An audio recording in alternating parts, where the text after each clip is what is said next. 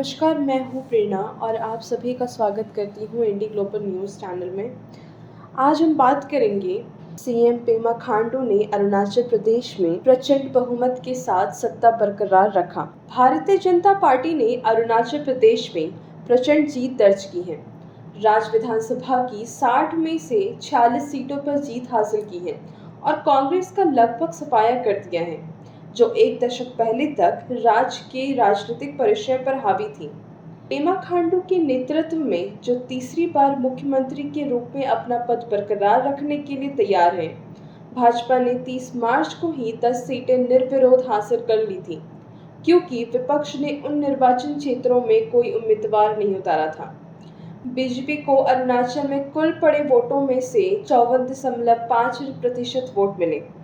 खांडू और deputy CM Chowna main निर्विरोध जीतने वाले भाजपा उम्मीदवारों में से हैं। 2019 में बीजेपी ने 41 सीटें जीती थी।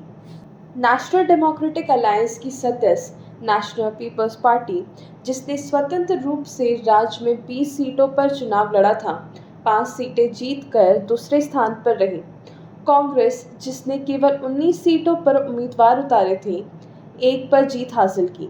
2019 में पार्टी ने 46 सीटों पर चुनाव लड़ा था और 4 पर जीत हासिल की थी। इन 4 कांग्रेस विधायकों में से 3 इस साल की शुरुआत में भाजपा में शामिल हो गए थे।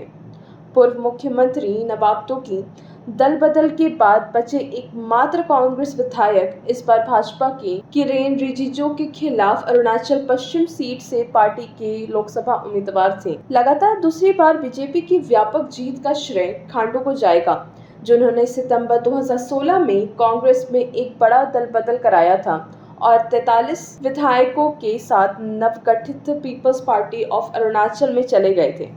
3 महीने बाद वह पीपीए के 32 अन्य विधायकों के साथ भाजपा में शामिल हो गए। उस समय भाजपा अरुणाचल प्रदेश में केवल एक बार सत्ता में थी, जब 2003 में गेगोंग अपांग कुछ विधायकों के साथ कांग्रेस से पार्टी में आए थे। खांडू, जिन्होंने अपने चुनावी हलफनामे में 332 करोड़ रुपए की संपत्ति घोषित की थी, पूर्व मुख्यमंत्री और कांग्रेस के दिग्गज नेता दोरजी खांडू के बेटे हैं, जिनकी अप्रैल 2011 में एक हवाई दुर्घटना में मृत्यु हो गई थी। नेशनल डेमोक्रेटिक अलायंस के अजीत पवार गुट, जिसने 15 निर्वाचन क्षेत्रों में अपने उम्मीदवार उतारे थे, उनमें से 3 जीते। पर्याप्त बहुमत हासिल करने के बाद बीजेपी ने अब तक कहा कि वह चुनाव के बाद कोई गठबंधन नहीं करेगी।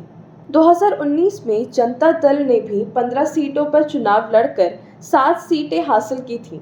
इस बार बिहार के मुख्यमंत्री नीतीश कुमार ने नेतृत्व वाली पार्टी के पास 2019 में जनता दल ने भी 15 सीटों पर चुनाव लड़कर 7 सीटें हासिल की थी। इस बार बिहार के मुख्यमंत्री नीतीश कुमार के नेतृत्व वाली पार्टी के पास अरुणाचल प्रदेश के मैदान में कोई उम्मीदवार नहीं था। आगे की जानकारी के लिए बने रहें इंडी ग्लोबल न्यूज़ से।